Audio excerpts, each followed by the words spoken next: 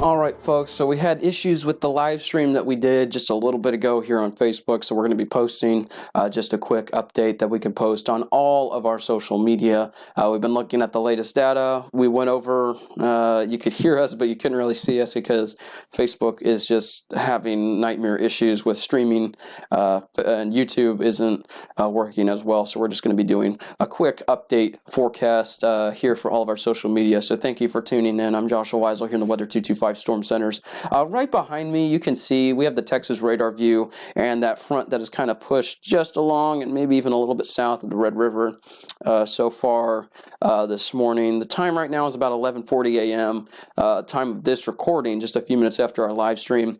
We mentioned there was a complex of storms that was severe in parts of Oklahoma pushing into Arkansas. Just west of that, we have a dry line that is developing just west of our area as well. It's extending from parts of Oklahoma into Texas.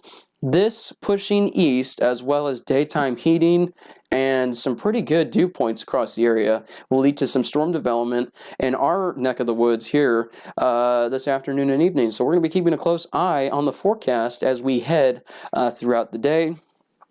But let's take a quick look real quick at the SPC Day 1 outlook. Take it off of that, put it to, hopefully that loads. There it is. So this is the very latest since we did our live stream. It updated once again. So this is the latest severe weather outlook for the area, and this is for the areas that we cover in North Texas. Again, you can see that enhanced 3 out of 5 risk does include Dallas, Fort Worth, and areas just north. It now has kind of shaved off a little bit of our Red River County, so it looks like the focus at this point will be right over the Metroplex and areas just west. So this is the latest. This is as of 11:40 a.m., the newest SPC outlook. But still, I think regardless, if you're in the 2 out of 5 risk, and they've kind of shifted that just a little bit further south as well with the latest outlook, regardless if you're in the 2 or 3, you have an equal opportunity for seeing some strong to severe storms across the area. Of course, Dallas and Fort Worth is in a greater risk for some larger hail, as we have that 3 out of 5 risk area across our area.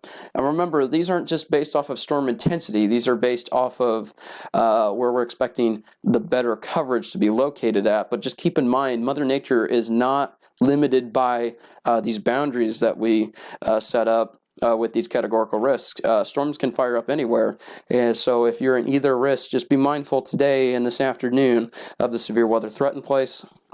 We're talking some large hail up to possibly tennis ball sized.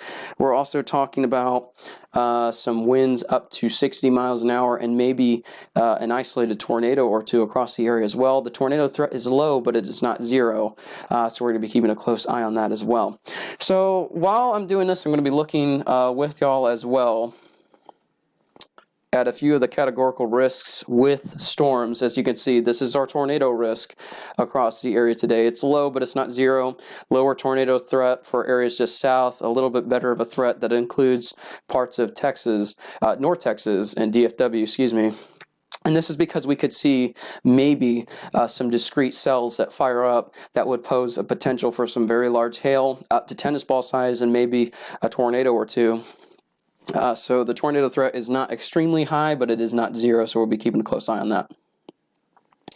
All right, so this is the hail risk. As you can see, this is a pretty higher risk for hail across the area. This is also shaded for a significant risk. And we know significant is a scary word, but when you have the significant risk, and we'll show you in a second, that is issued because the Storm Prediction Center is thinking there is a greater hail size risk in addition to the actual overall hail risk, which is currently at a 30%. And while that we know the percentages are confusing, just take our word for it. That is a pretty high risk for hail. And the significant risk area, which I'll show you here, It'll take a second to load. There we go. That includes Dallas and Fort Worth. This one may have not have updated, but still it includes portions of DFW. This is for the threat for some large to very large hail, up to golf ball, maybe even tennis ball size. So take our word for it. This is a pretty good hail threat across the area. Okay, so we're going to show you the Futurecast radar here coming up shortly right after this. Like our media, website, or our live video forecasts? Consider supporting us today with our Patreon. Visit our Patreon at patreon.com/weather225.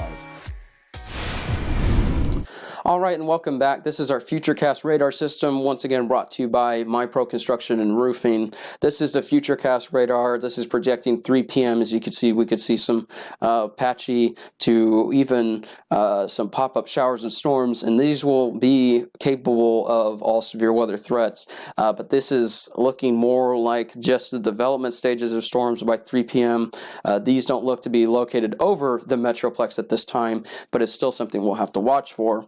As we head into later in the afternoon, this is by 5 p.m. Again, these are the discrete supercells that we mentioned, not necessarily just a tornado threat. It would be primarily a large hail threat. Again, golf balls to tennis balls possible. Not everyone will see tennis balls, but it is a threat. Again, and an isolated tornado or two is not entirely out of the question with these as well. As we head later on into the evening, this is by 7 p.m. You can see still some discrete cells across portions of the area and areas west out of our viewing area near Wichita Falls. And here in the Metroplex, we'll have kind of a broken line of cells that push closer to the Dallas and Fort Worth Metroplex by about 7 or 8 p.m. And these could be severe with all types of severe weather possible. And these would push south towards the Metroplex. And this is by 9 p.m. Again, this is why I said for areas south of I-20 not in the enhanced risk, you have to be weather alert, because once the areas up north are done with this activity, it has to move further south towards y'all. And when it moves towards your area, it could be severe still. It'll be in a weakening phase, but it could still be capable of all types of severe weather as we head into the late evening. As you can see, still looking pretty severe as it moves south of I-20 into central Texas and southern North Texas. But by about 1 a.m., you can see that activity looks to be dying off as it moves further south, south of our DFW counties. We could see maybe a few general thunderstorms up to the north as well along our Red River counties with some new development later on in the evening. However, that is uncertain. But the bulk of the severe weather activity is going to be between about 3 p.m.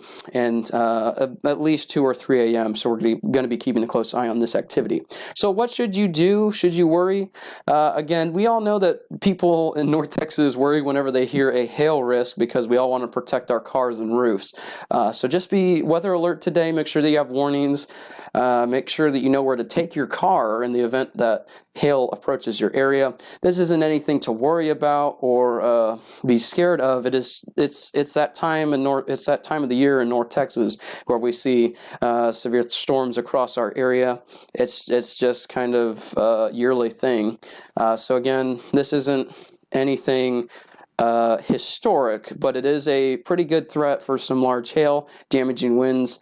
We don't want to downplay it, but we don't want to overhype it. The fact is that a lot of us are under a risk today. Not all of us will see all of the risks that we mentioned with storms today. Not all of us will see storms, but a pretty good portion of the area could see some showers and storms that could be severe. So we're keeping a close eye on that. The best thing that you can do is just have a severe weather safety plan in place.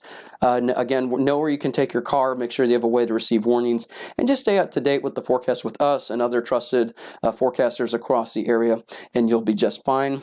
But again, that threat will be between about 3 p.m. and 2 to 3 a.m., so just keep that in mind. Stay tuned with us. You can track the latest activity with our free interactive radar maps. See the latest severe weather outlooks. I'll upload that right after I'm done with this.